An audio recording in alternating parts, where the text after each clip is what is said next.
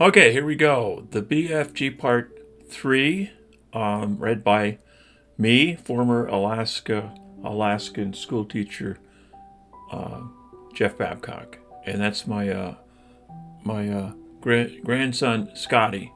And there I am, just like the BFG for the most part.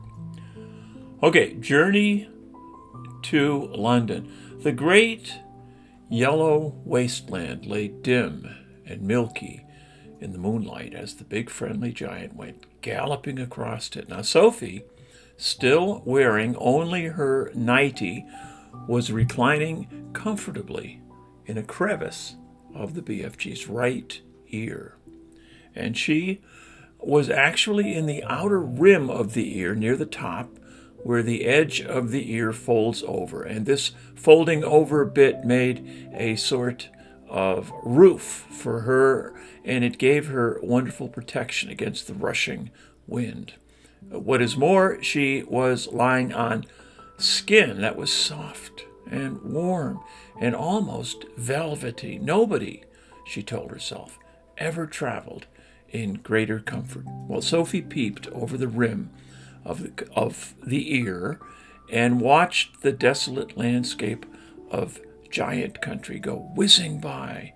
They were certainly moving fast. The BFG was bouncing off the ground as though there were rockets in his toes. And each stride he took lifted him about 100 feet into the air, but he had not yet gone into that whizzing top gear of his when the ground became blurred by the speed and the wind which howled and the speed and the wind howled at his feet. It didn't seem to be touching anything but the air, and that would come later. Sophie had not slept for a long time. She was very tired. She was also warm and comfortable, and she dozed off. She didn't know how long she slept, but when she woke up again and looked out over the edge of the ear, the landscape had changed completely. They were in a green country now, with mountains and forests, and it was still dark, but the moon was shining as brightly as ever. Suddenly, and without slowing his pace, the BFG turned his head sharply to the left, and for the first time during the entire journey, he spoke a few words. Look, quick, over there, he said, pointing his long trumpet. Sophie looked in the direction he was pointing, and through the murky darkness, all she saw was, at first, a great cloud of dust about 300 yards away. Those is the other giants. They're all galloping off, coming back home after their guzzle, the BFG said. And then Sophie saw them, and in the light of the moon, she saw all 9 of those enormous, naked, half-naked brutes thundering across the landscape together. And they were galloping in a pack, their necks craned forward, their arms bent at the elbows, and worst of all, their stomachs bulging. The strides they took were incredible.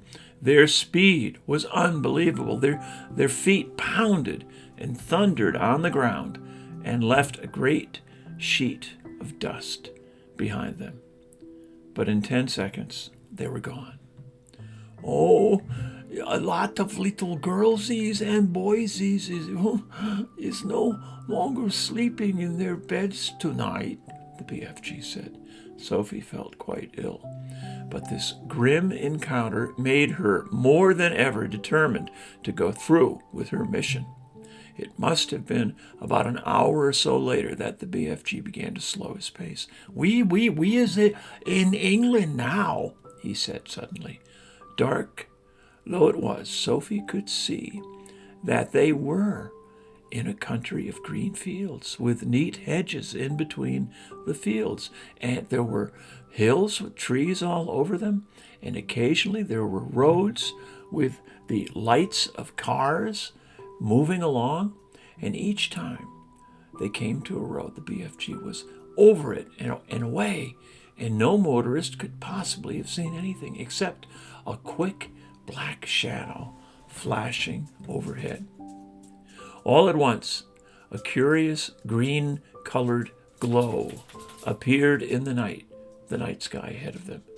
We is coming close to London, the BFG said, and he slowed to a trot, and he began looking about cautiously. Groups of houses were now appearing on all sides, but there were still no lights on in the windows. It was too early for anyone to be getting up.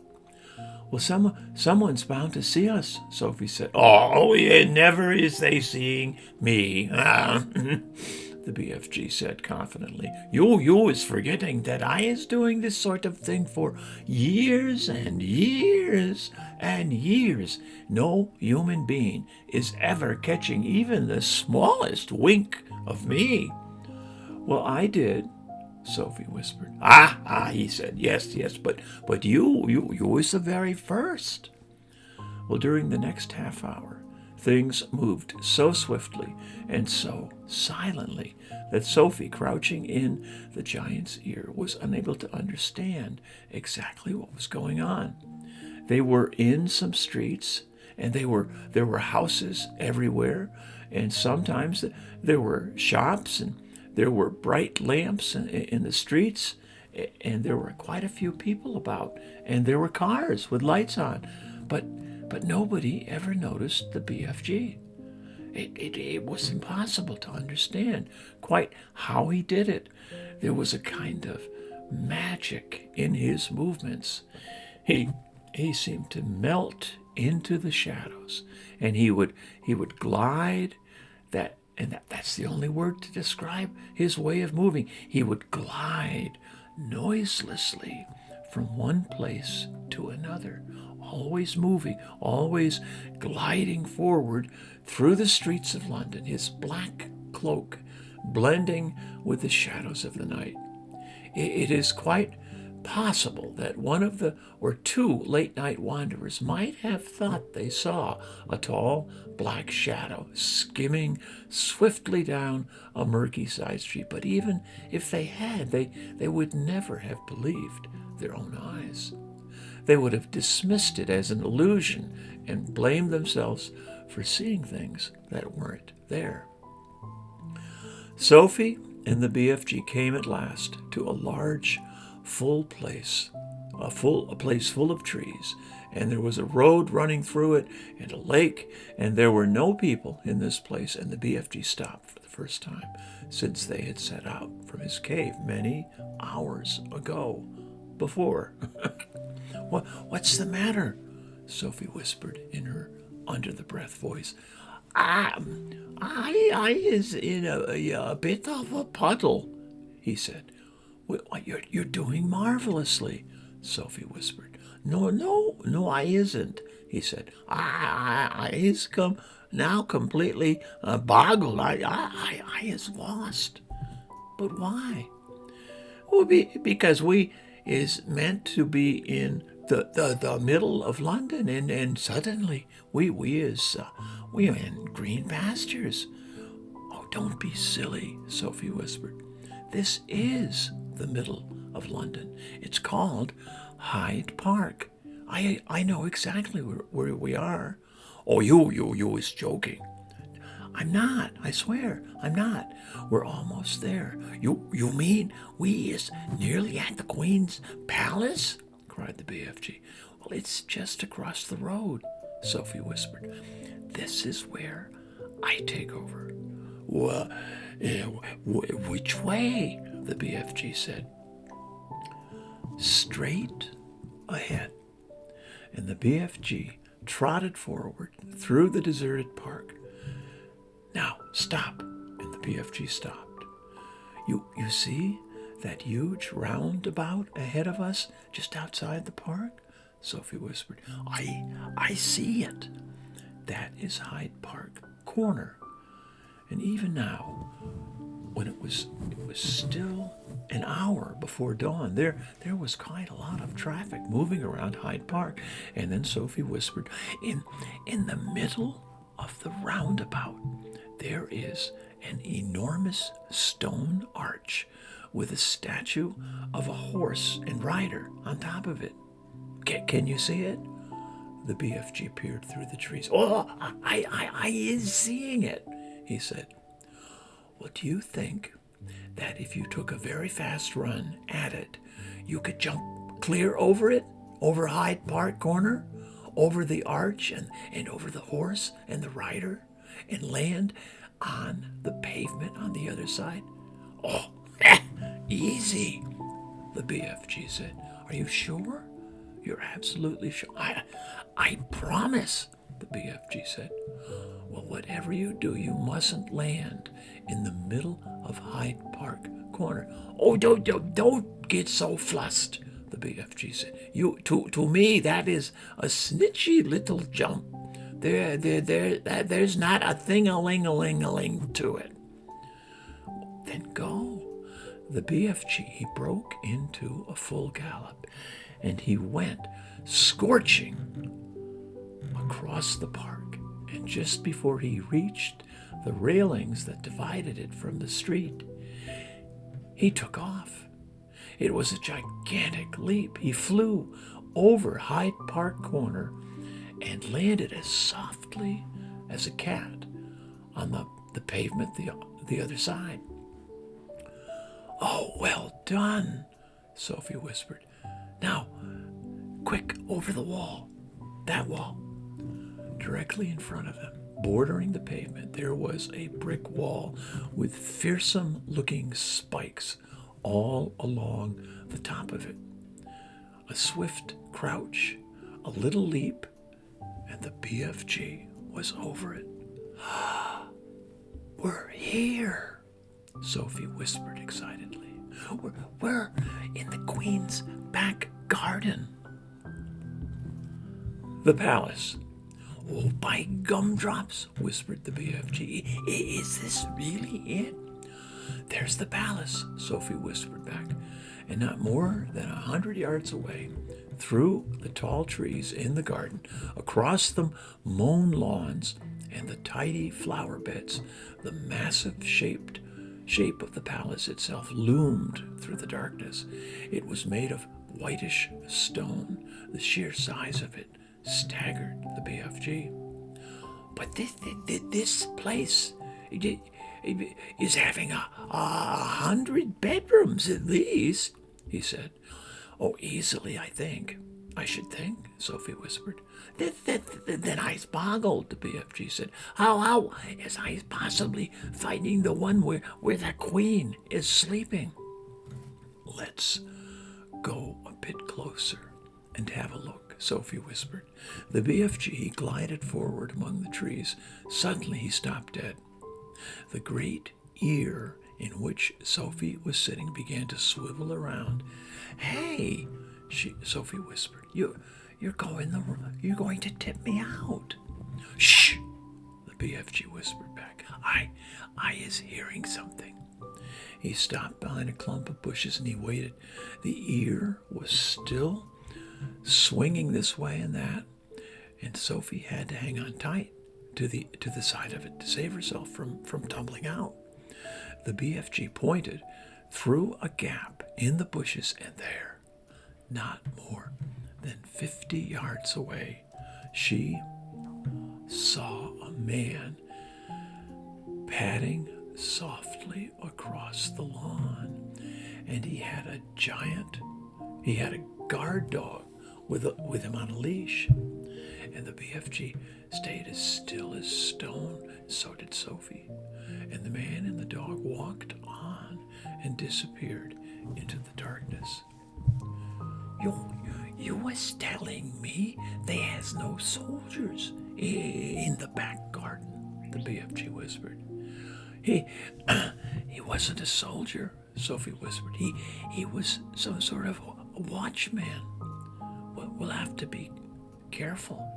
Why, I is not too worried, the BFG said. These waxy big ears of mine is picking up even the noise of a man breathing the other side of this garden. How much longer before it begins to get light, Sophie whispered. Oh, it's very short, the BFG said. We must go pell-mell for leather now. He glided forward over the vast garden, and once again Sophie noticed how he seemed to melt into the shadows wherever he went. His feet made no sound at all, even when he was walking on gravel. And suddenly, they were right up close against the back wall of the great palace, and the BFG's head was level with the upper windows, one flight up, and Sophie, sitting in his ear, had the same view. In all the windows on that floor, the curtains seemed to be drawn. There were no lights showing anywhere, and in the distance, they could hear the muted sound of traffic going round Hyde Park Corner. The BFG stopped, and he put his other ear, the one that Sophie wasn't sitting in, close to the first window. No, he whispered. What are you listening for? Sophie whispered back. Oh, it's for breathing, the BFG. I is able to tell if it is a human being, or a lady by the breathing voice. He was a man in there. He was snorkeling a little bit too. He glided on, flattening his tall, thin, black-coated body against the side of the building, and he came to the next window and he listened. No, he whispered. He moved on. Oh, this room is empty, he whispered. He listened in at several more windows, but at each one he shook his head and he moved on. And when he came to the window in the very center of the palace, he listened, but he did not move. He whispered. We had a lady sleeping in there. Sophie felt a little quiver go running down her spine. But who? She whispered back.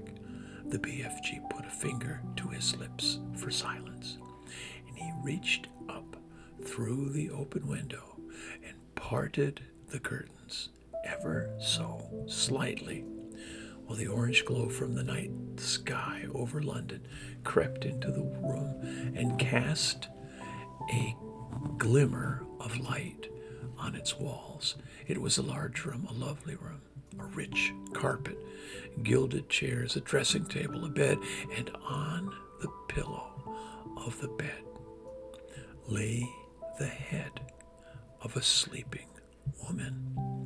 Sophie suddenly found herself looking at a face she had seen on stamps and coins and in the newspapers all her life.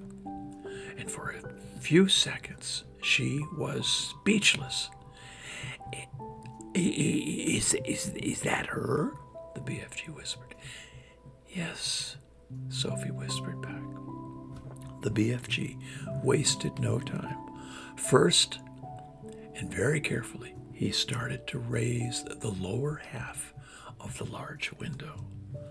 The BFG was an expert in windows. He had opened thousands of them over the years to blow his dreams into children's bedrooms. Some windows got stuck, some were wobbly, some creaked. He was pleased to find that the Queen's window slid upward like silk, and he pushed up the lower half as far as it would go, so as to leave a place on the sill for Sophie to sit. Next, he closed the crack in the curtains, and then with a finger and thumb he lifted Sophie out of his ear and placed her on the window ledge with her legs dangling just inside the room, but behind the curtains. Now, don't you go tip-toppling backwards, the BFG whispered. You must always be holding on tight with both hands to the inside of the window sill. Sophie did as he said. It was summertime in London, And the night was not cold, but don't forget that Sophie was wearing only her thin nightie. She would have given anything for a dressing gown, not just to keep her warm, but to hide her whiteness, hide the whiteness of her nightie from watchful eyes in the garden below. The BFG was taking the glass jar from the pocket of his cloak. He unscrewed the lid. Now, very cautiously, he poured the precious dream into the wide end of his trumpet, and he steered the trumpet through the curtains far into the room, aiming it at the place where he knew the bed to be. And he took a deep breath. He puffed out his cheeks and poof, he blew. Now he was withdrawing the trumpet, sliding it out very, very carefully, like a thermometer. Is you all right sitting there? He whispered. Oh, yes, Sophie murmured. She was quite terrified, but determined not to show it. She looked down over her shoulder. The ground seemed miles away. It was a nasty drop. Oh, how long will the dream take to work? Sophie whispered. If some dreams takes an hour, the BFG whispered back, but some is quicker, some is still slower still, but it is sure to find her in the end. Sophie said nothing. Well, I is going off to wait in the garden, the BFG whispered. When you was wanting me, you call out my name, and I is coming very, very, very quick. Will you hear me? Sophie, you was forgetting these, the BFG whispered, smiling and pointing to his great ears. Goodbye, Sophie whispered. Suddenly, unexpectedly, the BFG leaned forward and he kissed her gently on the cheek. Sophie felt like crying. When she turned to look at him, he was already gone. He had simply melted away into the dark garden.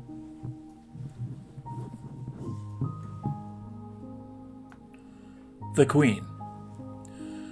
Dawn came at last, and the rim of a lemon-colored sun rose up behind the rooftops somewhere behind Victoria Station. A while later, Sophie felt a little of its warmth on her back, and she was grateful. In the distance, she heard a church clock striking, and she counted the strikes. There were 7. She found it almost impossible to believe that she, Sophie, a little orphan of no real importance in the world, was at this moment actually sitting high above the ground on the windowsill of the Queen of England's bedroom, with the Queen herself asleep in there behind the curtain, not more than 5 yards away. The very idea of it was absurd. No one had ever done such a thing before. It was a terrifying thing to be doing. What would happen if the dream didn't work? No one, at least of all the Queen, would believe a word of her story. It seemed possible that nobody had ever woken up to find a small child sitting behind the curtains on his or her windowsill. The Queen was bound to get a shock. Who wouldn't? With all the patience of a small girl who has something important to wait for, Sophie sat motionless on the windowsill. How much longer, she wondered. What time do queens wake up? Faint stirrings and distant sounds came to her from deep inside the belly of the palace, and then all at once, beyond the curtains, she heard the voice of the sleeper in the bedroom, It was a slightly blurred sleep talker's voice. Oh, no, oh, no. It cried out, no, don't, stop, someone, stop them. Horrible. It's ghastly. No. She is having the dream, Sophie told herself. It must be really horrid. I feel so sorry for her, but it has to be done. After that, there were a few moans. Then there was a long silence.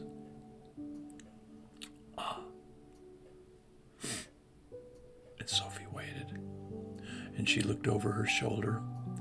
She was terrified that she would see the man with the dog down in the garden staring up at her, but the garden was deserted. A pale summer mist hung over it like smoke. It was an enormous garden, very beautiful, with a large, funny-shaped lake at the far end, and there was an island in the lake, and there were ducks swimming on the water.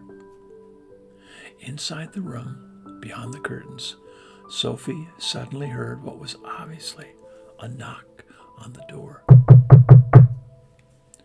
And she heard the doorknob being turned, and she heard someone entering the room. "Oh, good morning, Your Majesty," a woman was saying. It was the voice of an oldish person. There was a pause, and then a slight rattle of china and silver. Will you have your tray on the bed, ma'am, or on the table?" "Oh, Mary, something awful has just happened." This was a voice Sophie had heard many times on the radio and television, especially on Christmas Day. It was a very well-known voice. "Oh, well, whatever is it, ma'am?" "I've just had the most frightful dream. It was a nightmare. It was awful." Oh, I am sorry, ma'am, but don't be distressed. You're awake now, and it will go away. It was only a dream, ma'am. Do you know what I dreamt, Mary? I dreamt that girls and boys were being snatched out of their beds at a boarding school, and they were being eaten by the most ghastly giants. And the giants were putting their arms in through the dormitory windows and plucking the children out with their fingers, and one of them from a girls' school and another one from a boys' school. And it was all so vivid, Mary. It was so real. There was silence. Sophie waited. She was quivering with excitement. But why the silence? Why didn't the other one, the maid, why didn't she say something? "Well, what on earth's the matter, Mary?" the famous voice said. There was another long silence. "Mary, you've gone as white as a sheet. Are you feeling ill?" And there was suddenly a crash and a clatter of crockery, which could only have meant that the tray the maid was carrying had fallen out of her hands. "Mary!" the voice spoke. The famous the famous voice was saying rather sharply, I think you'd better sit down at once. You look as though you're going to faint. You really mustn't take it so hard just because I've had an awful dream. That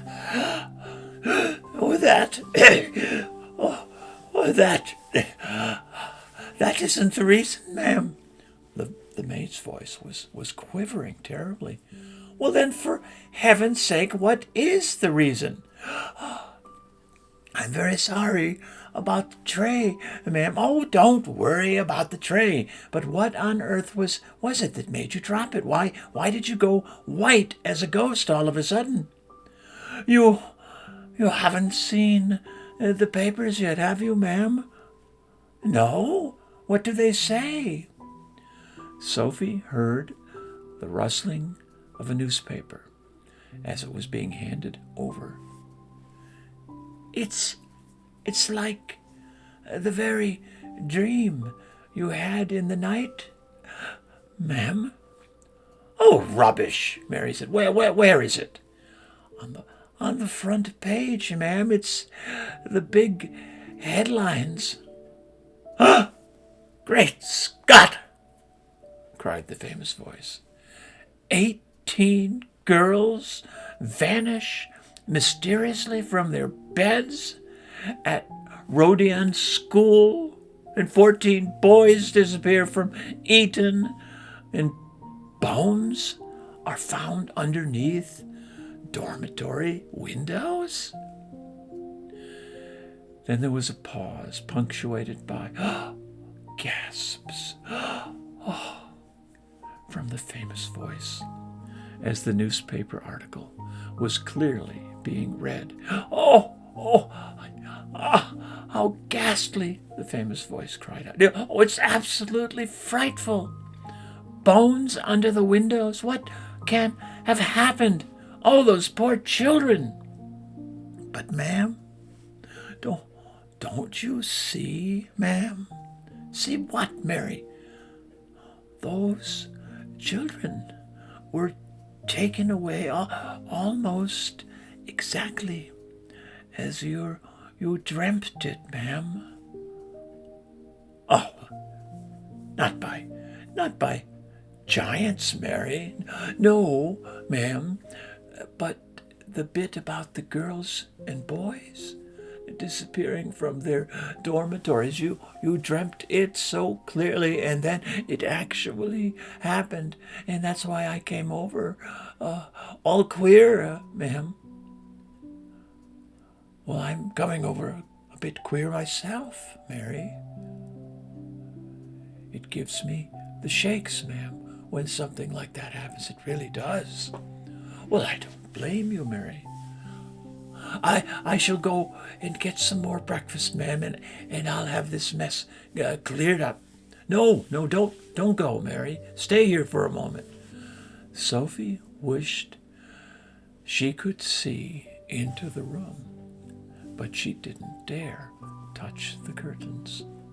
The famous voice began speaking again.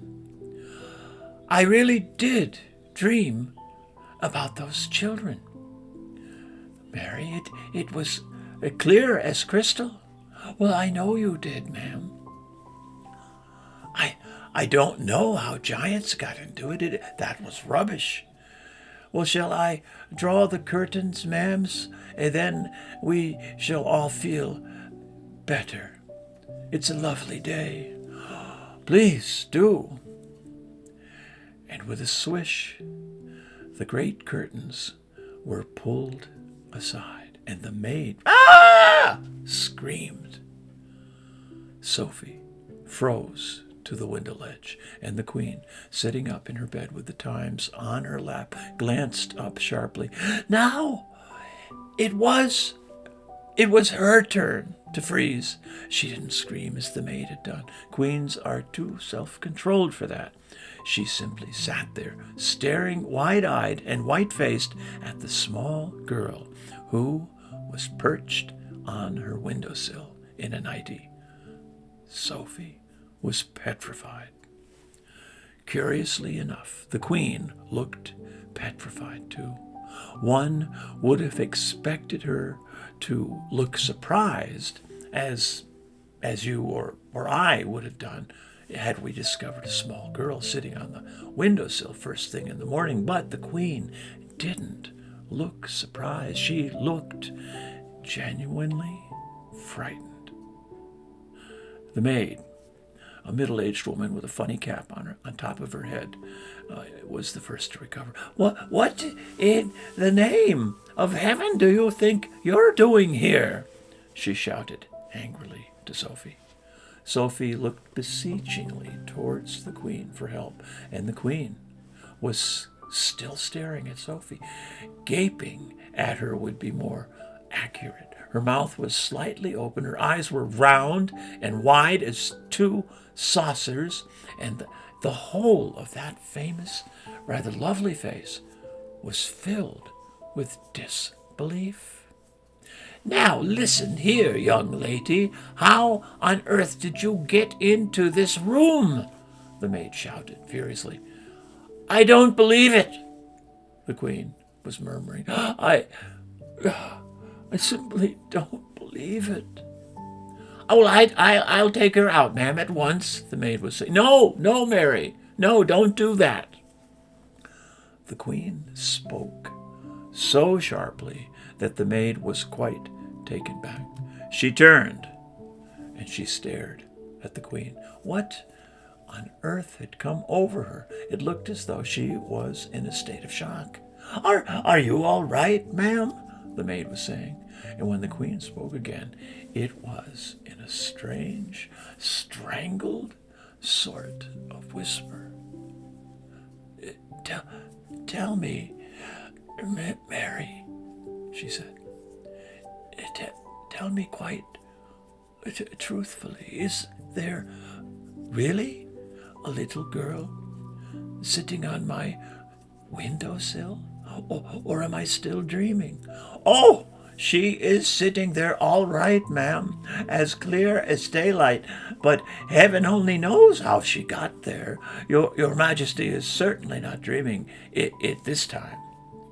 "But that's exactly what I did dream," the Queen cried out. "I dreamt that as well. I dreamt there would be a little girl sitting on my windowsill in her nightie, and she would talk to me." The maid, with her hands clasped across her starched white bosom, was staring at her mistress with a look of absolute disbelief in her face. The situation was getting beyond her. She was lost. She had not been trained to cope with this kind of madness. Are you real?" the Queen said to Sophie. Yes, Your Majesty," Sophie murmured. "What is your name?" "Sophie, Your Majesty." "And how did you get up onto my windowsill?" No, don't answer that. Hang on a moment. I dreamt that part of it too. I dreamt that a giant put you there." "He did, Your Majesty," Sophie said, and the maid gave a howl of anger and clasped her hand over her face. Control yourself, Mary. Control yourself," the Queen said sharply. And then to Sophie she said, "You are not serious about the giant, are you?" Oh, yes, Your Majesty. He's out in the garden now." "Is he indeed?" the Queen said. The sheer absurdity of it all was helping her to regain her composure. "So, he's in the garden, is he?" she said, smiling a little. "He is a good giant, Your Majesty," Sophie said. You need not be frightened of him."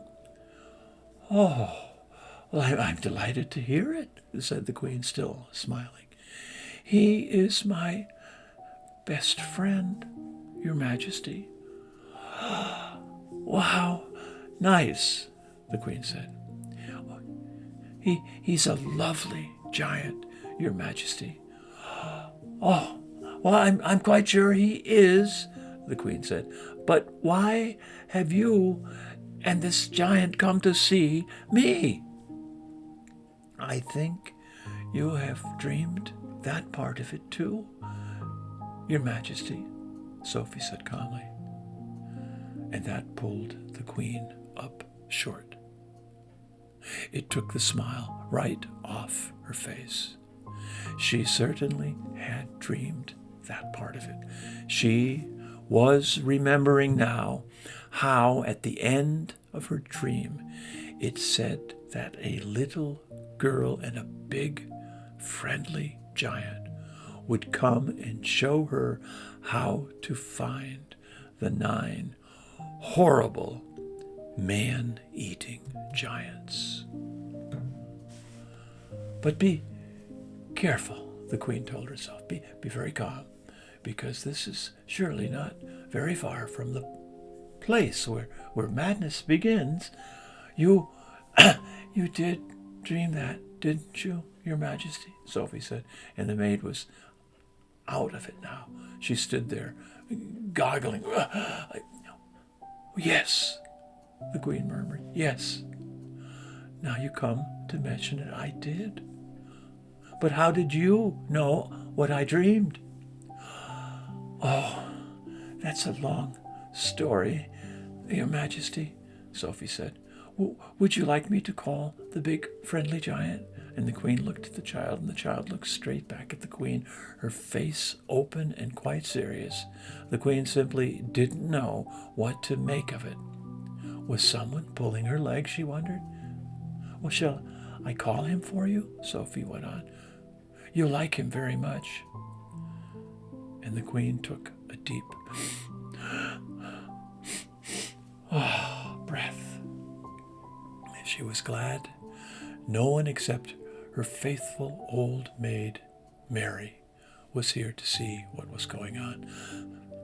Very well, she said. You may call your giant. No, wait a moment. Mary, pull yourself together and give me my dressing gown and my slippers. The maid did as she was told, and the queen got out of bed and put on a pale pink dressing gown and slippers. You may call him now, the queen said. Sophie turned her head towards the garden and called out, BFG! Her Majesty the Queen would like to see you. And the queen crossed over to the window, and she stood beside Sophie. Come down off that ledge, she said. You're going to fall backwards any moment. Sophie jumped down into the room, and she stood beside the queen at the open window. Mary, the maid, stood behind them. Her hands were now planted firmly on her hips, and there was a look on her face which seemed to say, I want no part of this fiasco. I don't see any giant, the queen said. Please wait, Sophie said.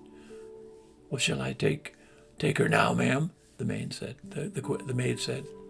Yeah, take her downstairs and give her some breakfast, the queen said. Take her downstairs and give her some breakfast. Just then,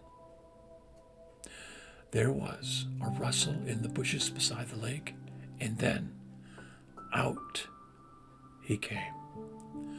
24 feet tall, wearing his black cloak with the grace of a nobleman, still carrying his long trumpet in one hand, he strode magnificently across the palace lawn towards the window. The maid screamed. The queen The queen gasped, and Sophie waved. The BFG took his time. He was very dignified in his approach, and when he was close to the window where the three of them were standing, he stopped and made a slow, graceful bow. His head, after he had straightened up again, was almost exactly level with the watchers at the window. Your Majesty, he said. I is your humbug servant. And he bowed again. Considering she was meeting a giant for the first time in her life, the queen remained astonishingly self-composed. Oh, we are very pleased to meet you, she said. Down below, a gardener was coming across the lawn with a wheelbarrow, and he caught sight of the BFG's legs over to his left. His gaze traveled slowly upwards along the entire height of the enormous body. He gripped the handles of the wheelbarrow. He swayed, he tottered, and then he keeled over on the grass in a dead faint. Nobody noticed him. "Oh, a magister!" cried the BFG. "Oh, queen! My monarcher! Golden sovereign! Ruler! Ruler of straight lines! Sultana! I is come here with my little friend Sophie to give you a..." And the BFG hesitated, searching for the right word. To give me what?" the queen said. Assistance," the BFG said, beaming. The queen looked puzzled. He speaks a bit funny, Your Majesty," Sophie said. "He never went to school." "Well, then we must send him to school," the queen said. "We have some very good schools in this country." I has great secrets to tell you, Your Magister," the BFG said. "Well, I should be delighted to hear them," the queen said, "but not in my dressing gown." "Well, shall we wish to greet to get dressed, ma'am?" the maid said. "Have either of you had breakfast?" the queen said. "Oh, could we?" Sophie said. "Oh, please, I haven't eaten a thing since yesterday." "Well, I was about to have mine," the queen said, "but Mary dropped it," and the maid gulped. I imagine we have more food in the palace," the queen said, speaking to the BFG. "Perhaps you and your little friend would care to join me." Will it be repulsant snazcumbers, Magister?" the BFG asked. "Will it be what?" the queen said. Is it stinky snazcumbers?" the BFG said. "What is he talking about?" the queen said. "It sounds like a rude word to me." She turned to the maid and said, "Mary, ask them to serve breakfast for 3 in the... I think it better be in the ballroom. That has the highest ceiling."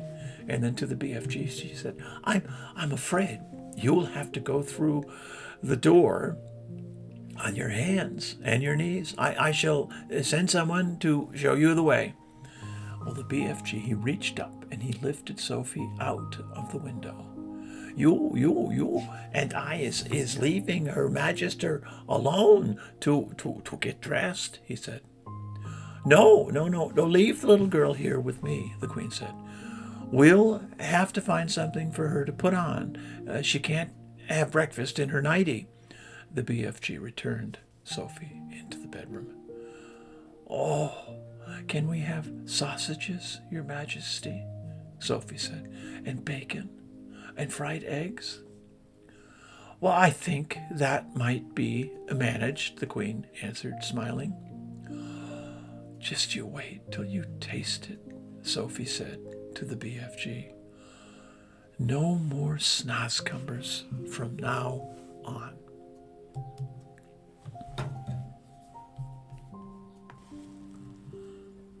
The royal breakfast.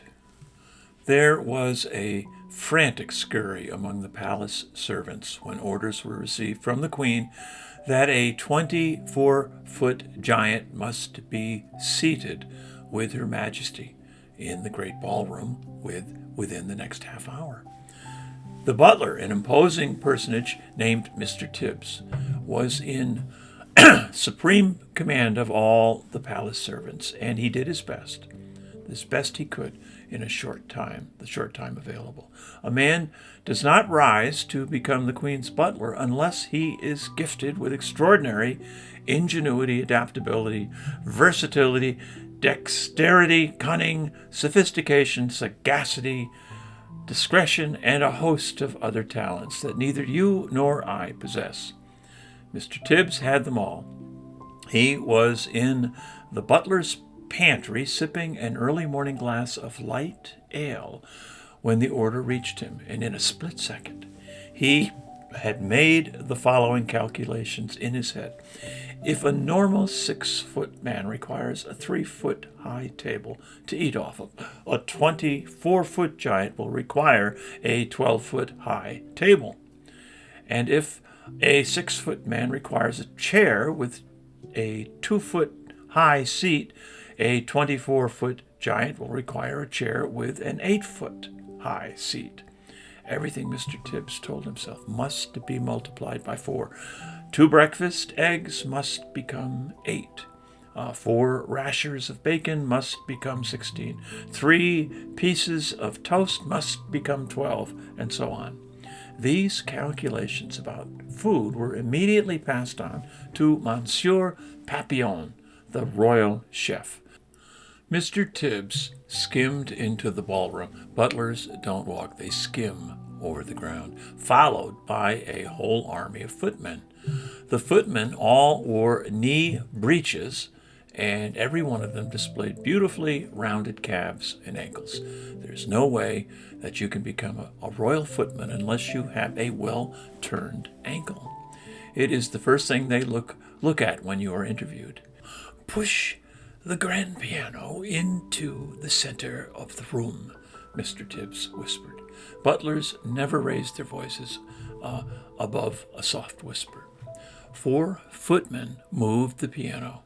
Now, fetch a large chest of drawers and put it on top of the piano, Mr. Tibbs whispered.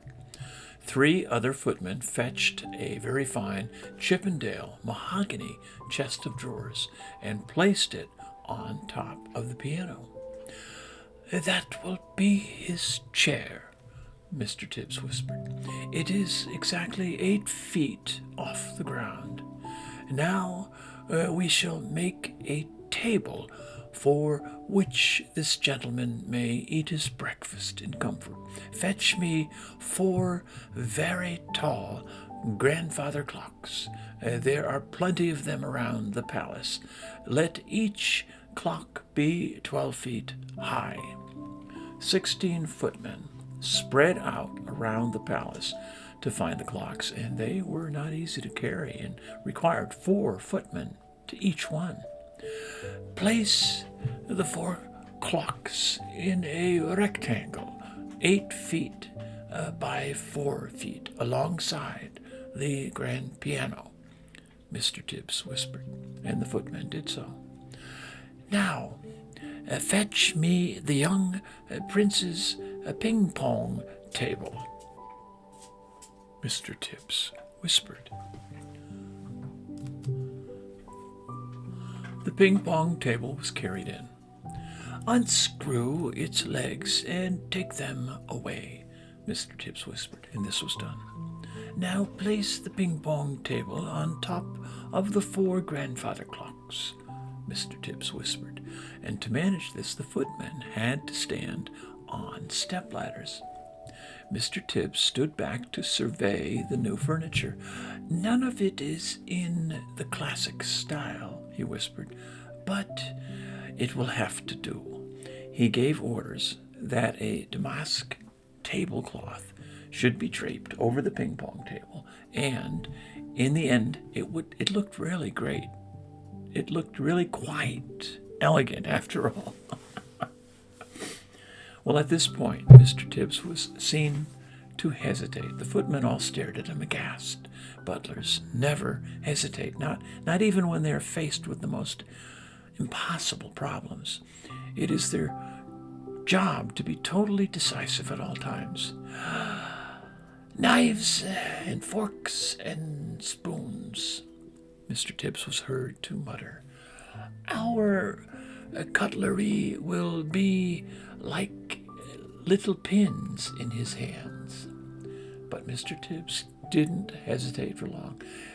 Tell the head gardener, he whispered, that I require immediately a brand new, unused garden fork and also a spade. And for a knife, we shall use the great sword hanging on the wall in the morning room. But clean the sword well first. It was last used to cut off the head of King Charles the First, and there may still be a little dried blood on the blade. When all this had been accomplished, Mr. Tibbs stood near the center of the ballroom, casting his expert butler's eye over the scene. Had he forgotten anything? He certainly had. What about a coffee cup for the large gentleman? Fetch me, he whispered, the biggest jug you can find in the kitchen. A splendid 1-gallon porcelain jug was brought in and placed on the giant's table beside the garden fork and the garden spade and the great sword. So much for the giant. Mr. Tibbs then had the footmen move a small, delicate table and 2 chairs along the giant's table. This was for the Queen and for Sophie. The fact that the giant's table and chair towered far above the smaller table simply could not be helped. All these arrangements were only just completed when the Queen, now fully dressed in a trim skirt and cashmere cardigan, entered the ballroom holding Sophie by the hand. A pretty blue dress that had once belonged to one of the princesses had been found for Sophie, and to make her look prettier still, the Queen had picked up a superb sapphire brooch from her dressing table and had pinned it on the left side of Sophie's chest. The big friendly giant followed behind them, but he had an awful job getting through the door. He had to squeeze himself through on his hands and knees with 2 footmen pushing him from behind and 2 pulling him from the front. But he got through in the end, and he had removed his black cloak and got rid of his trumpet and was now wearing his ordinary simple clothes. As he walked across the ballroom, he had to stoop quite low to avoid hitting the ceiling, because of this he failed to notice the enormous crystal chandelier. Crash went his head right into the chandelier. A shower of glass fell upon the poor BFG. Gung Humberzell and Boz Swingles, he cried. What was that? Well, it was Louis the 15th, the Queen said, looking slightly put out. He's never been in a house before, Sophie said. Mr. Tibbs scowled. He directed 4 footmen to clear up the mess, and then with a disdainful little wave of the hand he indicated to the giant that he should seat himself on top of the chest of drawers, on top of the grand piano. Well, what the whizzing, flush, bunking seat? Oh, cried the bee. Aye, he's going to be bug as a snug in a rug up there. The Queen. Does he always speak like that? The Queen asked. Well, quite often, Sophie said. He gets tangled up with his words. The BFG sat down on the chest of drawers piano and gazed in wonder around the great ballroom. By gumdrops, he cried. What a spliffling wopsy room we is in. It is so gigantuous. I is needing bicirculars and telescopes to see what is going on at the other end. The footman arrived carrying silver trays with eggs, bacon, sausages, and fried potatoes. At this point, Mr. Tibbs suddenly realized that in order to serve the BFG at his 12-foot-high grandfather clock table, he would have to climb to the top of one of the tall step ladders. What's more, he must do it balancing a huge warm plate on the palm of one hand and holding a gigantic silver coffee pot in the other. A normal man would have flinched at the thought of it, but good butlers never flinch. Up he went, up and up and up, while the Queen and Sophie watched him with great interest. It is impossible that they were both secretly hoping that he would lose his balance and go crashing to the floor. But good butlers never crash. At the top of the ladder, Mr. Tibbs, balancing like an acrobat, poured the BFG's coffee and placed the enormous plate before him. 16 rashers of bacon and a heap of 8 eggs and a heap of 12. Try it again. On the plate there were 8 eggs, 12 sausages, 16 rashers of bacon, and a heap of fried potatoes. Well, what is this, please, your Magister? The BFG asked, peering down at the Queen. He has never eaten anything but snozcumbers before in his life, so Sophie explained, and they taste revolting. Well, they don't seem to have stunted his growth, the Queen said. The BFG grabbed the garden spade and scooped up all the eggs, sausages, bacon, and potatoes in one go, and he shoveled them into his enormous mouth. By goggles, he cried. This stuff is making snozcumbers taste like swatch wallop. The Queen glanced up, frowning. Mr. Tibbs looked down at his toes, and his lips moved in silent prayer. That was one titchy little bite, the BFG said. Is you having any more of this delicious grubble in your cupboard, Magister? Oh, Tibbs, the Queen said, showing true regal hospitality. Fetch the gentleman another dozen fried eggs and a dozen sausages. Mr. Tibbs swam out of the room, muttering unspeakable words to himself and wiping his brow with a white handkerchief. The BFG lifted the huge jug and took a swallow. Ow! Ouch! He cried, blowing a mouthful across the ballroom. Please, what is this horrible swig pill I's drinking, Magister? It's coffee, the Queen told him, freshly roasted. Ah, it's filthsome, the BFG cried out. Where is the frapscottle? The what? The Queen asked. Delumptious, fuzzy, frapscottle, the BFG answered. Everyone must be drinking frapscottle with breakfast, Magister. Then we can all be whiz-popping happily together afterwards. What does he mean? The Queen said, frowning at Sophie. What is whiz-popping? Sophie kept a very straight face. BFG, she said, there is no frapscottle here, and whiz-popping is strictly forbidden. What? Cried the BFG. No frapscottle? No whiz-popping? No glumptious music? No boom, boom, boom? Absolutely not, Sophie told him firmly. Well, if he wants to sing, please don't stop him, the Queen said. Well, he doesn't want to sing, Sophie said. He said he wants to make music, the Queen went on. Shall I send for a violin? No, Your Majesty, Sophie said. He's only joking.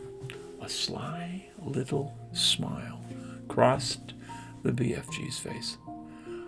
Listen, he said, peering down at Sophie. If they isn't having any frapscottle here in the palace, I can still go wisp-hopping perfectly well without it if I is trying hard enough. No, cried Sophie. Don't. You're not to. I beg you. Music is very good for the digestion, the Queen said. When I'm up in Scotland, they play the bagpipes outside the window while I'm eating. Do you play something? I has her Magister's permission, cried the BFG, and all at once he let fly with a whiz-popper that sounded as though a bomb had exploded in the room. The Queen jumped. "Whoopee!" shouted the BFG. That is better than baglepipes, is it not, Magister? It took the Queen a few seconds to get over the shock. "Well, I prefer the bagpipes," she said, but she couldn't stop herself from smiling. Well, during the next 20 minutes, a whole relay of footmen were kept busy hurrying to and from the kitchen, carrying third helpings and fourth helpings and fifth helpings of fried eggs and sausages for the ravenous and delighted BFG. Well, when the BFG had consumed his 72nd fried egg, Mr. Tibbs sidled up to the Queen. He bent low from the waist, and he whispered in her ear, "Chef sends his apologies, Your Majesty, and he says he has no more eggs in the kitchen." "Well, what's wrong with the hens?" the Queen said. "Well, nothing's wrong with the hens, Your Majesty," Mr. Tibbs whispered. "Well, then tell them to lay more," the Queen said. And she looked up at the BFG. "Have some toast and marmalade while you're waiting," she said to him. "Oh, the toast is finished," Mr. Wibbs whispered. "And Chef says there's no more bread." "Well, tell him to bake some more," the Queen said. While all this was going on, Sophie had been telling the Queen everything, absolutely everything about her visit to Giant Country. And the Queen listened, appalled. And when Sophie had finished, the Queen looked up at the BFG, who was sitting high above her, and he was now eating a sponge cake. "Big friendly giant," she said. "Last night, those man-eating brutes came to England. Can you remember where they went the night before?" The BFG put a whole round of sponge cake into his mouth and chewed it slowly while he thought about this question.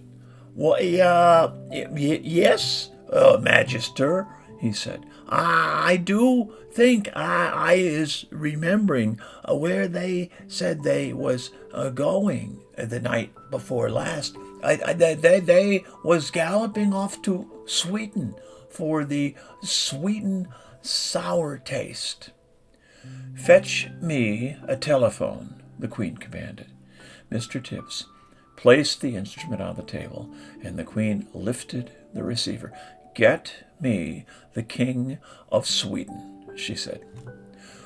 "Good morning," the Queen said. "Is everything all right in Sweden?" "Everything is terrible," the King of Sweden answered. "There is a panic in the capital. 2 nights ago, 26 of my loyal subjects disappeared. My whole country is in a panic." "Your 26 local subjects were all eaten by giants," the Queen said. "Apparently they like the taste of Swedes." Why do they like the taste of Swedes?" the King answered. "Because Swedes of Sweden have a sweet and sour taste. So says the BFG," the Queen said. I don't know what you're talking about, the king said, growing testy. It's hardly a joking matter when one's loyal subjects are being eaten like popcorn. Well, they've eaten mine as well, the queen said. Who's they, for heaven's sake? The king asked. Giants, the queen said. Look here, the king said. Are you feeling all right? Well, it's been a rough morning, the queen said. First, I had a horrid nightmare, and then the maid dropped my breakfast, and now I've got a giant on the piano. You need a doctor, quick, cried the king. Oh, I'll be all right, the queen said. I must go now. Thanks for your help. And she replaced the receiver. Your BFG is right, the queen said to Sophie. Those 9 man-eating brutes did go to Sweden. Oh, it's horrible, Sophie said. Please, stop them, Your Majesty. I'd like to make one more check before I call out the troops, the queen said. Once more she looked up at the BFG. He was eating donuts now, popping them into his mouth 10 at a time, like peas. Think hard, BFG, she said. Where did those horrid giants say they were going, galloping off 3 nights ago? The BFG thought long and hard. He cried at last. Yes, I is remembering. Well, where? Asked the queen. Well, one was off to Baghdad, the BFG said. As they is galloping past my cave, your flesh lump eater is waving his arms and shouting at me. I is off to Baghdad, and I is going to bag Dad and Mum, and every one of their 10 children as well. Once more, the queen lifted the receiver. Get me the Lord Mayor of Baghdad, she said. If they don't have a Lord Mayor, get me the next best thing. In 5 seconds, a voice was on the line. Here is the Sultan of Baghdad speaking, the voice said. Well, listen, Sultan, the queen said. Did anything unpleasant happen in your city 3 nights ago? Oh, every night unpleasant things are happening in Baghdad, the Sultan said. We are chopping off people's heads like you are chopping parsley. Well, I've never chopped parsley in my life, the queen said. I want to know if anyone has disappeared recently in Baghdad. Only my uncle, Caliph Huran al-Rashid, the Sultan said. He disappeared from his bed 3 nights ago, together with his wife and 10 children. There you is, cried the BFG, whose wonderful ears enabled him to hear what the Sultan was saying to the queen on the telephone. Flesh lump eater, he did that one. He went off to Baghdad and Mum and all the little kiddlers. The queen replaced the receiver. Well, that proves it, she said, looking up at the BFG. Your story is apparently quite true. Summon the head of the army and the head of the airport immediately. The plan. The head of the army and the head of the Air Force stood at attention beside the Queen's breakfast table. Sophie was still in her seat, and the BFG was still high up on his crazy perch. It took the Queen only 5 minutes to explain the situation to the military men. Well, I knew there was something like this going on. Your Majesty, the head of the army said, for the last 10 years we have been getting reports from nearly every country in the world about people disappearing mysteriously in the night. Why, we had one only the other day from Panama. Oh, for the hearty taste, cried the BFG. And then again one from Wellington in New Zealand, said the head of the army. Oh, for the booty flavor, cried the BFG. What is he talking about? Said the head of the Air Force. Well, work it out for yourself, the Queen said. What time is it? 10 a.m. In 8 hours, those 9 bloodthirsty brutes will be galloping off to gobble up another couple of a dozen unfortunate wretches, and they have to be stopped. We must act fast. Well, we'll bomb the blighters, shouted the head of the Air Force. We'll mow them down with machine guns, cried the head of the army. I do not approve of murder, the Queen said. Oh, but they are murderers themselves, cried the head of the army. That is no reason why we should follow their example, the Queen said. 2 wrongs don't make a right. And 2 rights don't make a left, cried the BFG. Well, we must bring them back alive, the Queen said. How? The 2 military men said together. They are all 50 feet high. They'd knock us down like 9-pins. Oh, wait, cried the BFG. Hold your horseflies. Yeah, keep your skirts on. I think I has the answer to the maiden's hair. Let him speak, the Queen said. Well, every afternoon, the BFG said, all these giants is in the land of Nadi. I can't understand a word this fellow is saying, the head of the army snapped. Why doesn't he speak clearly? He means the land of Nod, Sophie said. It's pretty obvious. Exactly, cried the BFG. Every afternoon, all these 9 giants is lying on the ground, snoozling away in a very deep sleep. They's always resting like that before they is galloping off to guzzle another helping of human beings. Well, go on. Go on, they said. So what? So what you soldiers has to do is to creep up to the giants while they're still in the land of Nadi, and you need to tie their arms and legs with mighty ropes and wonking chains. Oh, brilliant, said the Queen. Well, that is all very well, said the head of the army, but how do we get the brutes back here? We can't load 50-foot giants onto trucks. Shoot 'em on the spot, that's what I say. The BFG looked down from his lofty perch and said, this time to the head of the Air Force, You was having belly poppers, is you not? What, is he being rude? The head of the Air Force said. He means helicopters, Sophie told him. What? Then why doesn't he say so? Of course we have helicopters. Wop, wopsy, big belly poppers, said the BSG.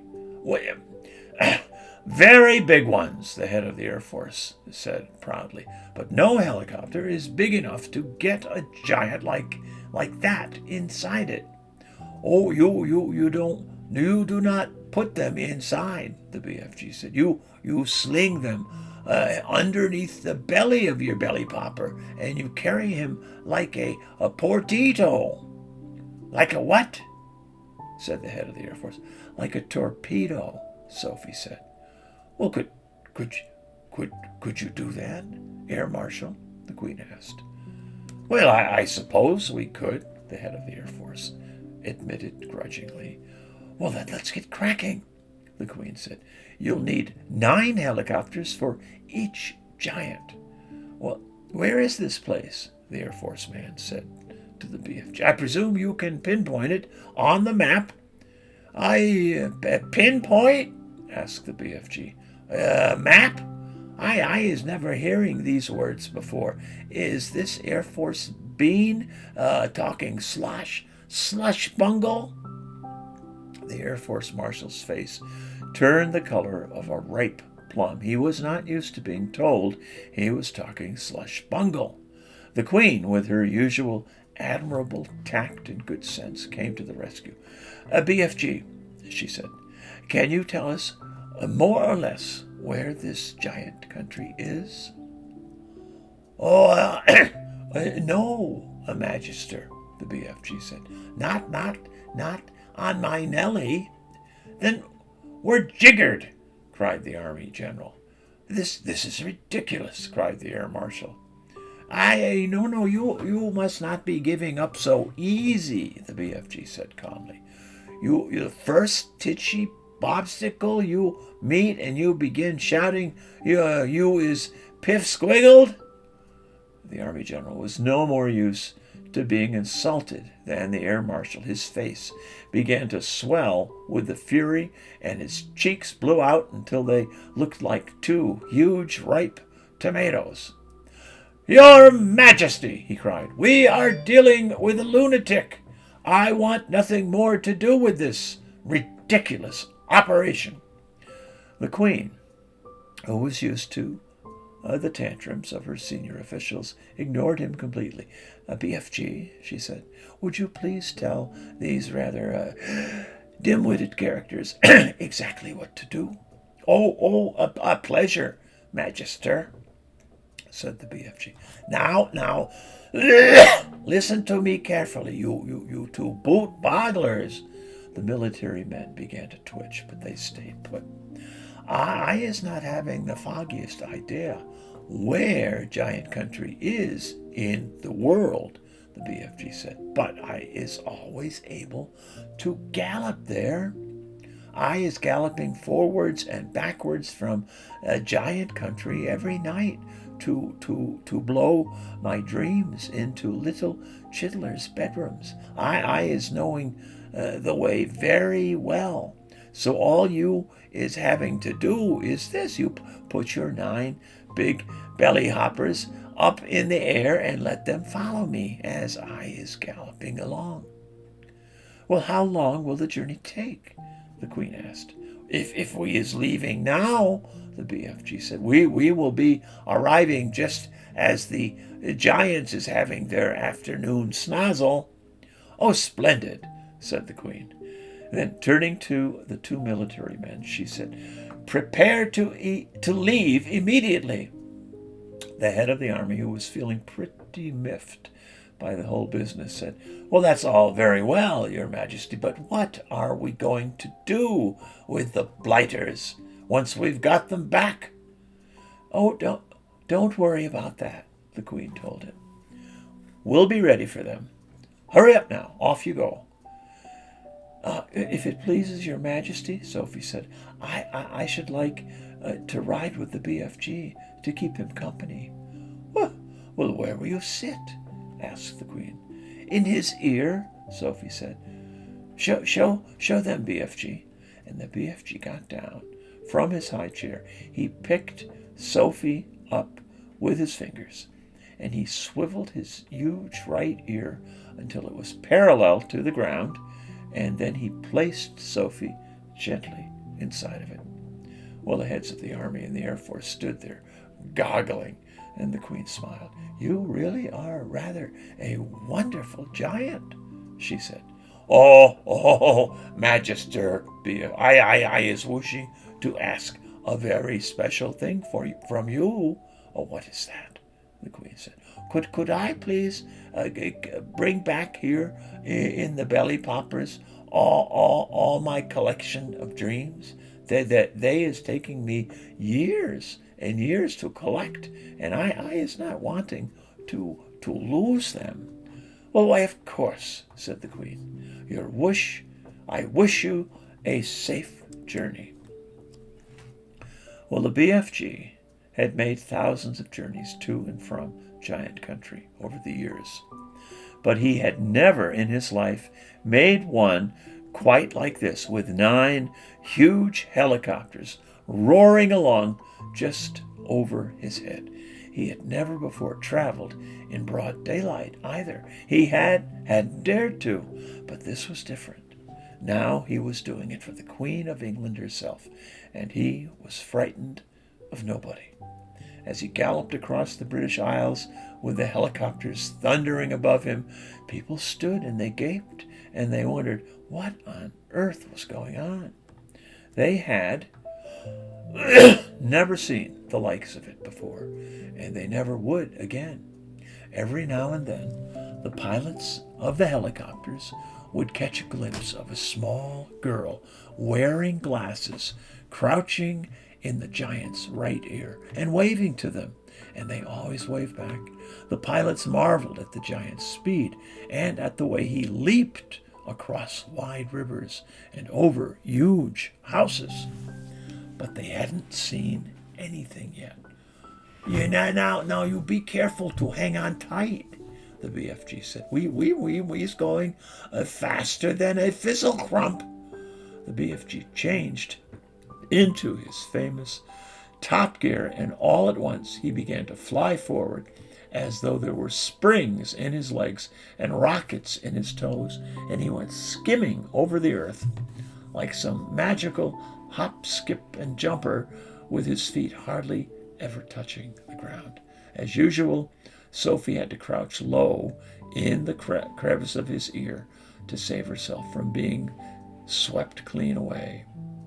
The 9 pilots in their helicopters suddenly realized that they were being left behind. The giant was streaking ahead, and they opened their throttles to full speed, and even then, they were only just able to keep up. In the leading machine, the head of the Air Force was sitting beside the pilot. He had a world atlas on his knees, and he kept staring first at the atlas and then at the ground below, trying to figure out where they were going. Frantically, he turned the pages of the atlas. "Where the devil are we going?" he cried. I haven't the foggiest idea," the pilot answered. "Well, the Queen's orders were to follow the giant, and that's exactly what I'm doing." The pilot was a young Air Force officer with a bushy mustache. He was very proud of his mustache, and he was also quite fearless, and he loved adventure. He thought this was a super adventure. "Well, it's fun going to new places," he said. "New places?" shouted the head of the Air Force. "What the blazes do you mean, new places?" "Well, this place we're flying over now isn't in the atlas, is it?" the pilot said, grinning. "Well, you're darn right it isn't in the atlas," cried the head of the Air Force. "We've flown clear off the last page." "Well, I expect that the old giant knows where he is going," the young pilot said. "He's leading us to disaster," cried the head of the Air Force. He was shaking with fear. In the seat behind him sat the head of the army, who was even more terrified.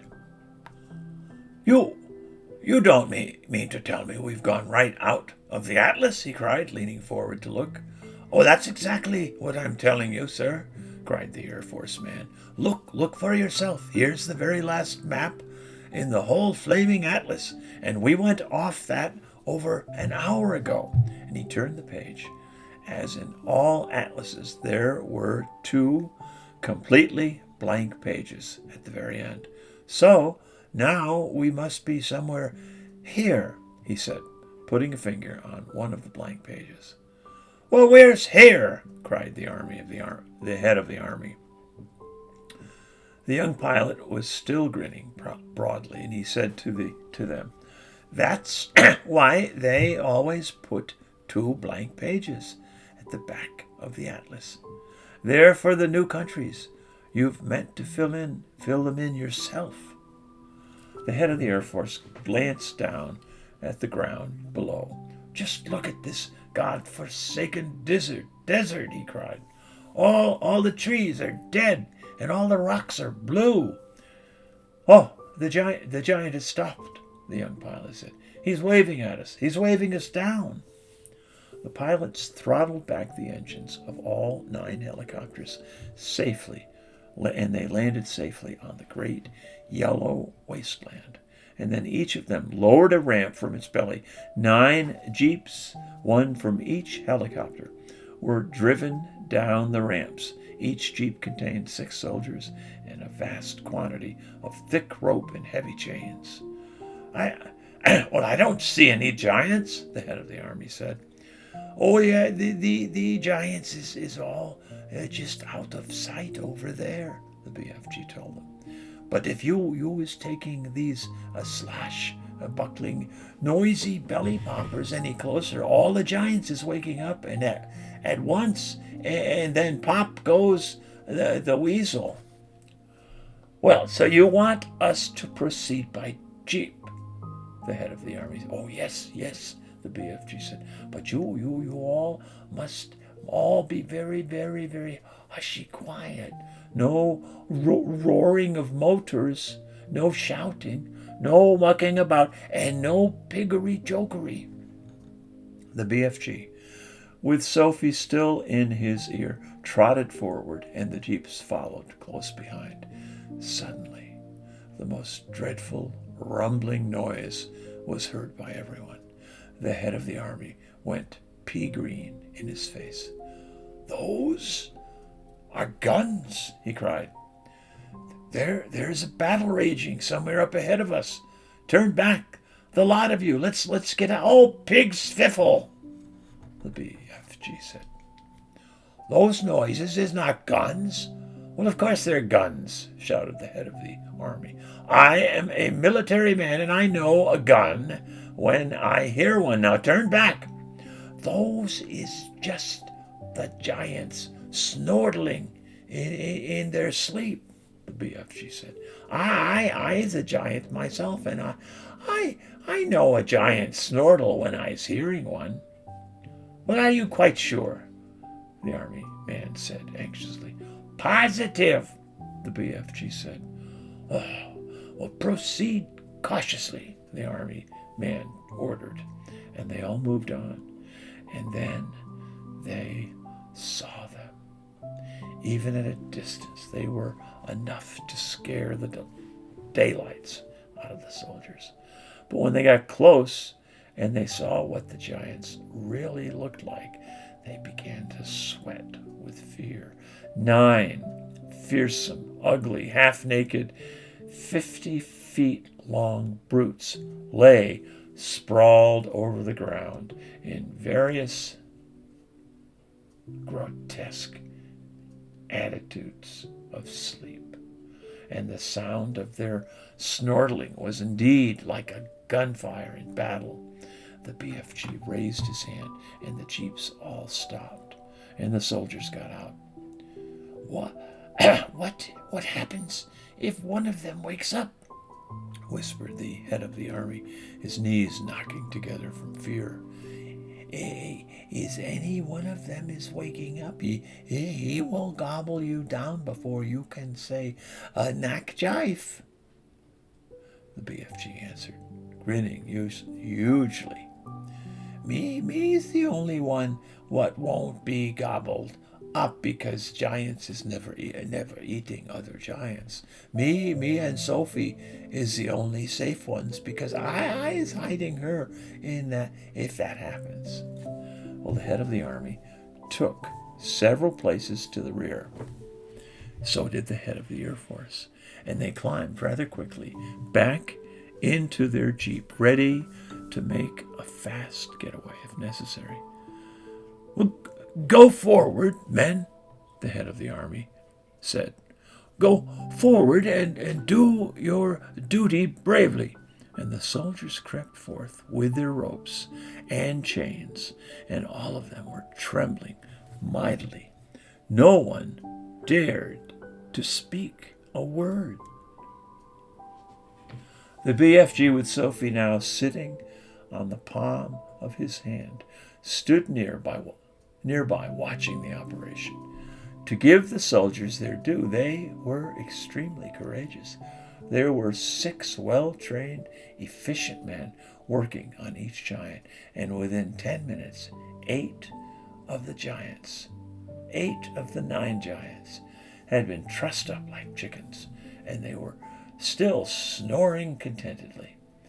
The 9th, who happened to be the flesh lump eater, was causing trouble for the soldiers because he was lying with his right arm tucked underneath his enormous body. It was impossible to tie his wrists and arms together without first getting that arm out from underneath. Very, very cautiously, the 6 soldiers who were working on the flesh lump eater began to pull at the huge arm, trying to release it. The flesh lump eater opened his tiny, piggy black eyes. "Which of you foul pesters is wiggling my arm?" he bellowed. "Is that you, you rotsome man-hugger?" Suddenly he saw the soldiers. In a flash, he was sitting up, and he looked around him, and he saw more soldiers, and with a roar he leaped to his feet. The soldiers, petrified with fear, froze where they were, and they had no weapons with them, and the head of the army put his jeep into reverse. "Human beings!" the flesh lump eater yelled. "What is all you flesh-bunking, rotsome, half-baked beans doing in our country?" And he made a grab at a soldier, and he swept him up in his hand. "Oh, I was having early suppers today!" he shouted, holding the poor squirming shoulder at arm's length and roaring with laughter. Sophie, standing on the palm of the BFG's hand, was watching, horror-struck. "Do something," she cried. "Quick, before he eats him." "Will you put that human being down?" the BFG shouted. The flesh lump eater turned and he stared at the BFG. "What is you doing here with all these grotty little twiglets?" he bellowed. "You's making me very suspicious." The BFG made a rush at the flesh lump eater, but the colossal 54-foot-high giant simply knocked him over with the flick of his free arm, and at the same time, Sophie fell off the BFG's palm onto the ground. Her mind was racing. She must do something. She must. And she remembered the sapphire brooch the queen had pinned on her chest. Quickly, she undid it. "I is guzzling you nice and slow," the flesh lump eater was saying to the soldier in his hand. "Then I is guzzling 10 or 20 more of you midgy little maggots down there. You's not getting away from me, because I is galloping 50 times faster than you." Sophie ran up behind the flesh lump eater, and she was holding the brooch between her fingers when she was right up close to the great, naked, hairy legs. She rammed the 3-inch long pin of the brooch as hard as she could into the flesh lump eater's right angle, and it went deep into the flesh and stayed there. The giant gave a roar of pain, and he jumped high in the air. He dropped the soldier and made a grab for his ankle, and the BFG, knowing what a coward the flesh lump eater was, saw his chance. "Oh, you was bitten by a snake?" he shouted. I see it. It was one of those frightsome, poisonous vipers. It was a deadly, dangerous windscreen viper.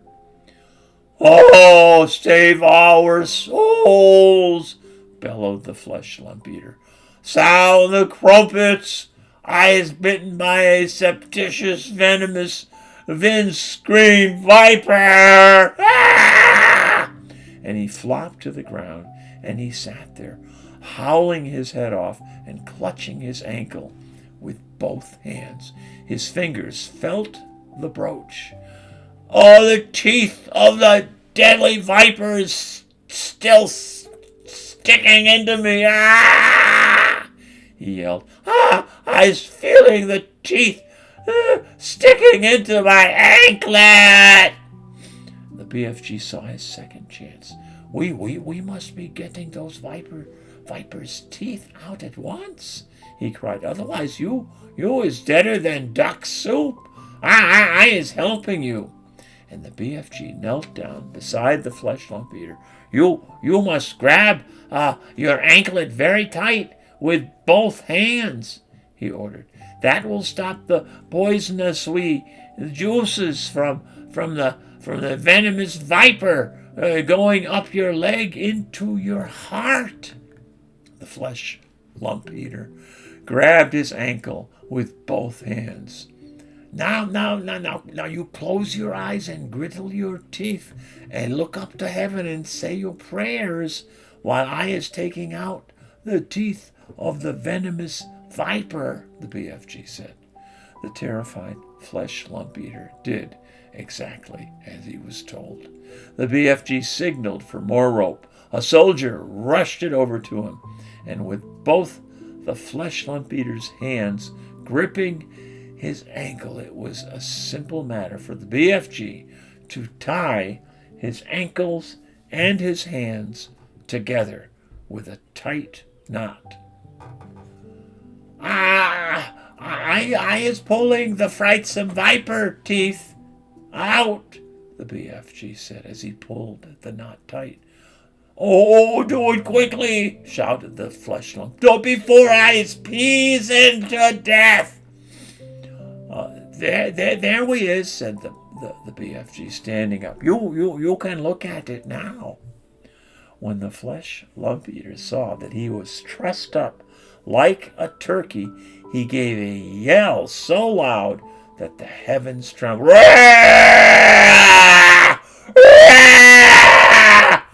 He rolled and he wriggled and he fought and he figgled. He squirmed and he squiggled, but there was not a thing he could do. "Oh, well done," Sophie cried. Well done you," said the BFG, smiling down at the little girl. You were saving all of our lives." Will you please get that brooch back for me?" Sophie said. It belongs to the Queen." Well, the BFG pulled the beautiful brooch out of the flesh lump eater's ankle. The flesh lump eater howled, "Rah!" And then the BFG wiped the pin and handed it back to Sophie. Curiously, not one of the other snoring giants had woke up during this shambazzle. When is you only sleeping 1 or 2 hours a day? You was sleeping extra doubly deep," the BFG explained. The heads of the Army and the Air Force drove forward once again in their jeep. Her Majesty will be pleased, very pleased with me," the head of the Army said. "I shall probably get a medal. What's the next move?" Now, you is all driving over to my cave to load up my bottles of dreams," the BFG said. "Oh, we can't waste time with that rubbish," the Army general said. "Well, it is the Queen's order," Sophie said, and she was now back on the BFG's hand. So the 9 jeeps drove over to the BFG's cave, and the great dream loading operation began. There were 50,000 jars in all to be loaded up, more than 5,000 to each jeep. And it took over an hour to finish the job. While the soldiers were loading the dreams, the BFG and Sophie disappeared over the mountains on a mysterious errand. When they came back, the BFG had a sack the size of a small house sling over his shoulder. What have you got there? The BFG demanded. Oh, your curiosity is killing the rat, huh? The BFG said. And he turned away from the silly man. When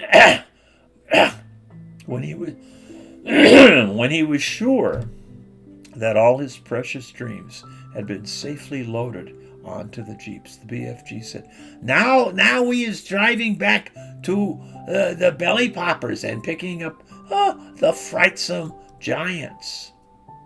Well, the jeeps drove back to the helicopters. The 50,000 dreams were carried carefully, jar by jar, onto the helicopters, and the soldiers climbed back on board. But the BFG and Sophie stayed on the ground, and then they all returned to where the 9 giants were lying. It was a fine sight to see them, these great air machines, hovering over the trussed-up giants, and it was an even finer sight to see the giants being woke up by the terrific thundering of their engines overhead. And the finest sight of all was to observe those 9 giants, hideous brutes, squirming and twisting about on the ground like a mass of mighty rope snakes as they tried to free themselves from their ropes. Your eyes flush bungled. I spit wiggled. I swag walloped. I's goose grungled. I's flunk gungled. I's guzzle swiped. I's swap groggled, squawked the gizzard gulper. I's crog squinkled, yowled the blood potler. I's pop muggered, screeched the butcher boy. The 9 giant-carrying helicopters each chose a separate giant and hovered directly over them. Very strong steel hawsers with hooks on the ends of them were lowered from the front and rear of the helicopter, and the BFG quickly secured the hooks to the giants' chains, one hook near the legs and the other near the arms. And then, very slowly, the giants were winched up into the air, parallel with the ground, and the giants roared and bellowed, but there was nothing they could do. The BFG, with Sophie once more resting comfortably in his ear, set off at a gallop for England. The helicopters all banked around and followed after him. It was an amazing spectacle. Those 9 helicopters winging through the sky, each with a trussed-up 50-foot-long giant slung underneath it. And the giants themselves must have found it an interesting experience. They never stopped bellowing, "Roar!" but their howls were drowned out by the noise of the engine. When it began to get dark, the helicopters switched on powerful searchlights and trained them down on the galloping giant, so to keep him in sight.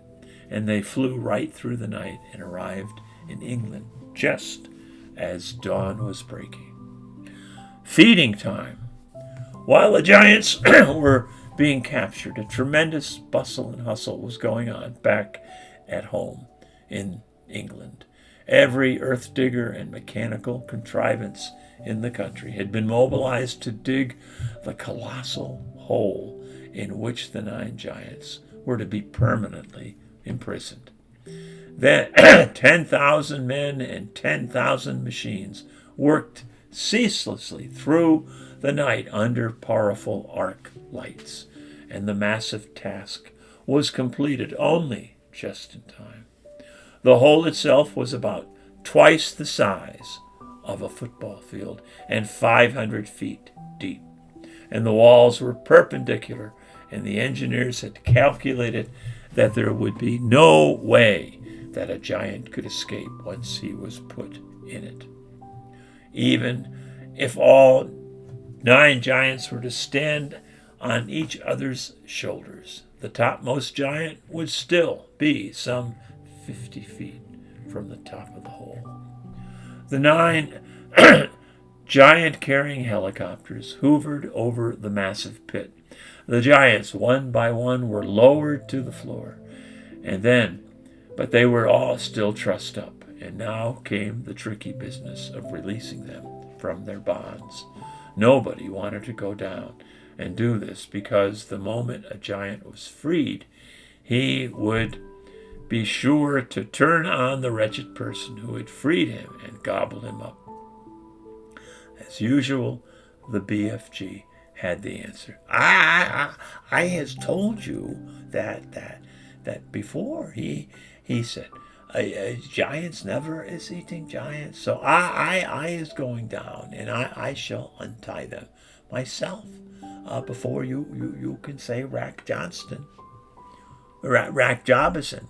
Well, with thousands of fascinated spectators, including the Queen, peering down into the pit, the BFG was lowered on a rope, and one by one he released the giants, and they stood up, stretched their stiffened limbs, and started leaping about in fury. "Why is they putting us down here in this grab sludging hole?"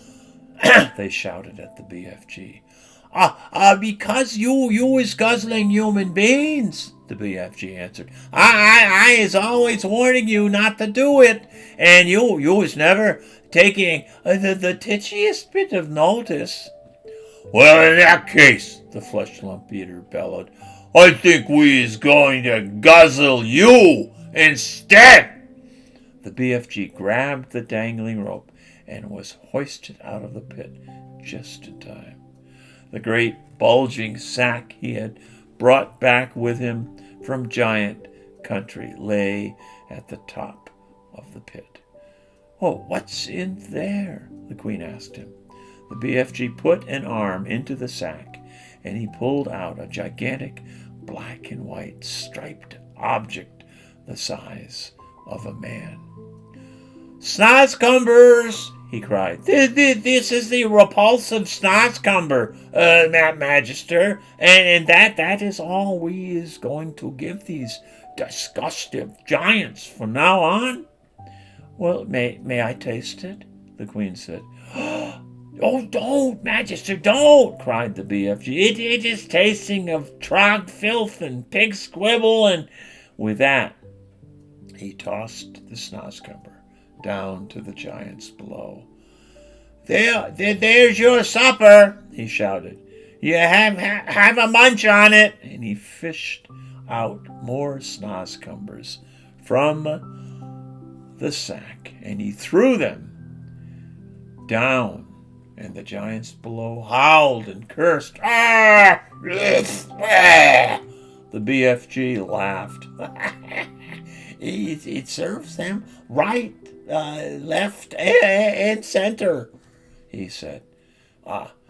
What will we feed them on when the Snozcumbers are all used up?" the Queen asked him. They's never being used up, Magister," the BFG answered, smiling. I is also bringing in this sack a whole bungle of Snozcumber plants, which I is giving, with your permission, to the royal gardener to put in the soil. And then we is having an everlasting supply of this repulsant food to feed these bloodly giants." "What a clever fellow you are," the Queen said.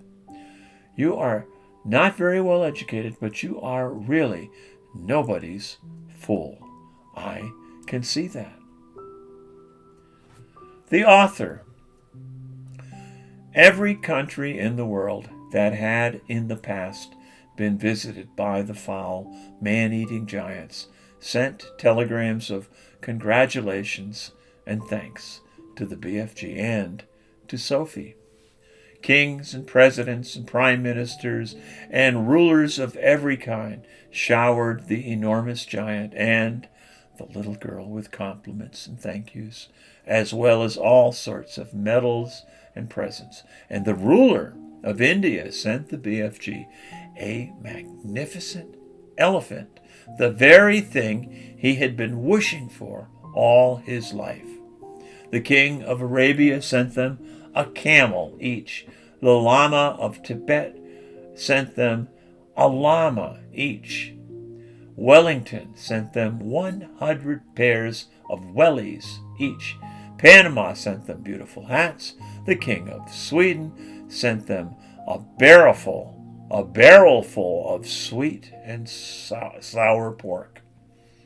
Jersey sent them pullovers. There was no end to the gratitude of the world. The Queen herself gave orders that a special house with tremendous high ceilings and enormous doors should immediately be built in Windsor Great Park, next to her own castle, for the BFG to live in, and a pretty little cottage was put next door for Sophie. And the BFG's house was to have a special dream storing room with hundreds of shelves in it where he could put his beloved bottles. What is more, he was given the title of the Royal Dream Blower, and he was allowed to go galloping off to any place in England on any night of the year to blow his splendid fizz wizards in through the windows to sleeping children.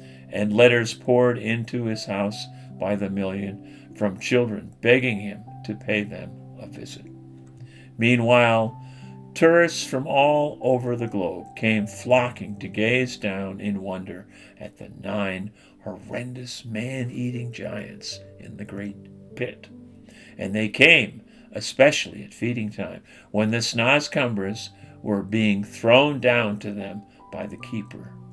And it was such a pleasure to listen to the howls and growls of horror coming from the pit as the giants began to chew upon the filthiest tasting vegetable on earth.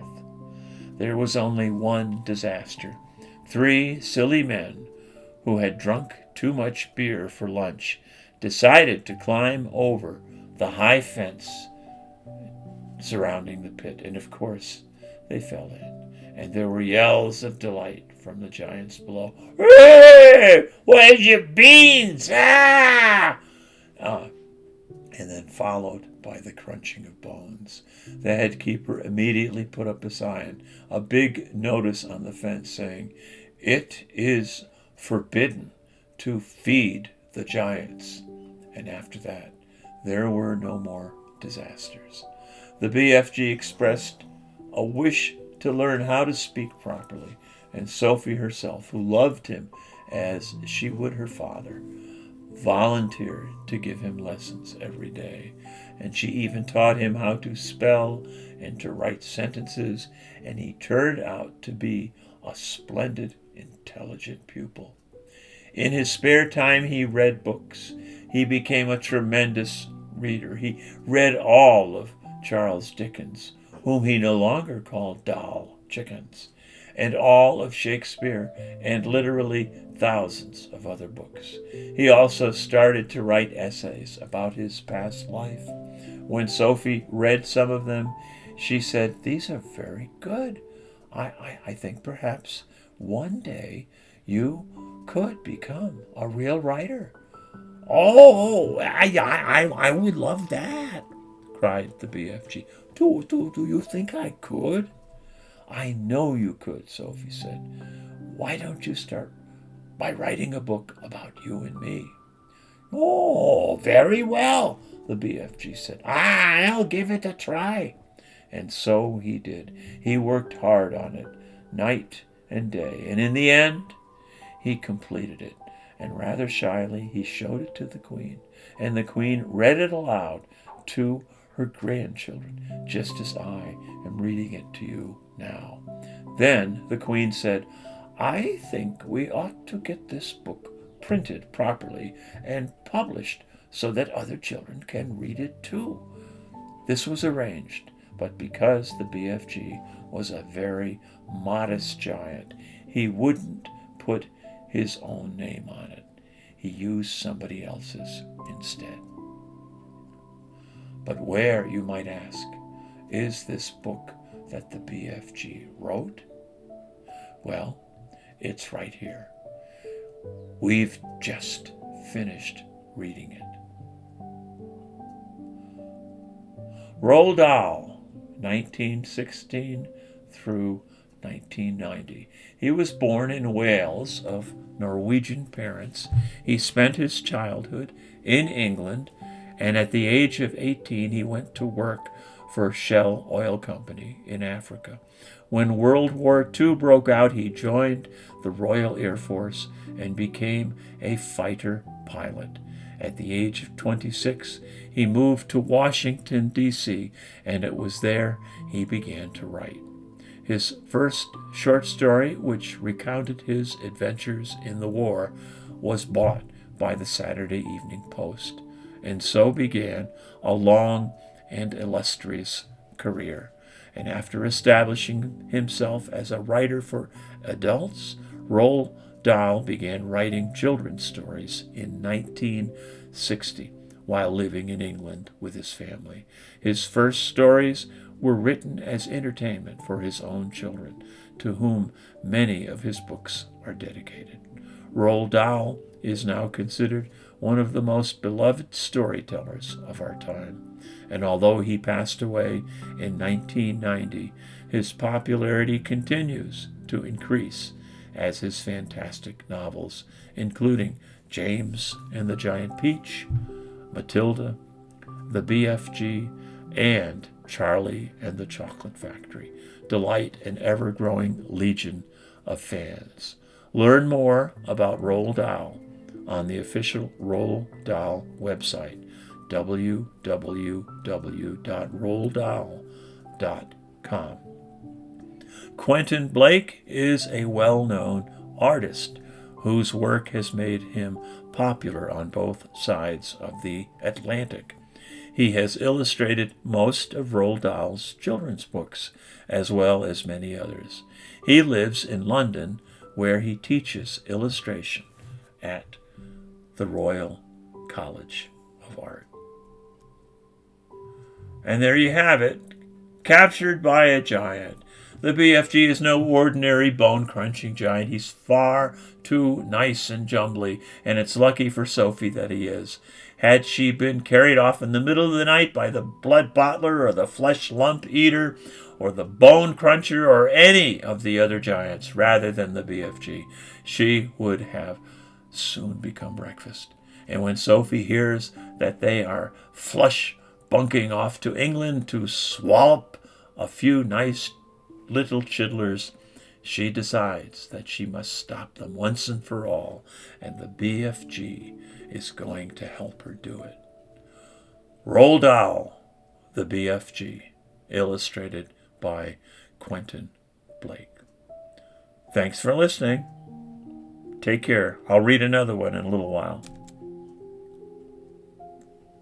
The end of Part 3, read by former Alaskan elementary school teacher Jeff Babcock. Thanks for listening. That's me and my wife in Green Valley, Arizona. If you want to send me a question or something, that I'd be happy. My email's jeffbabcock47@icloud.com. Take care. Bye-bye.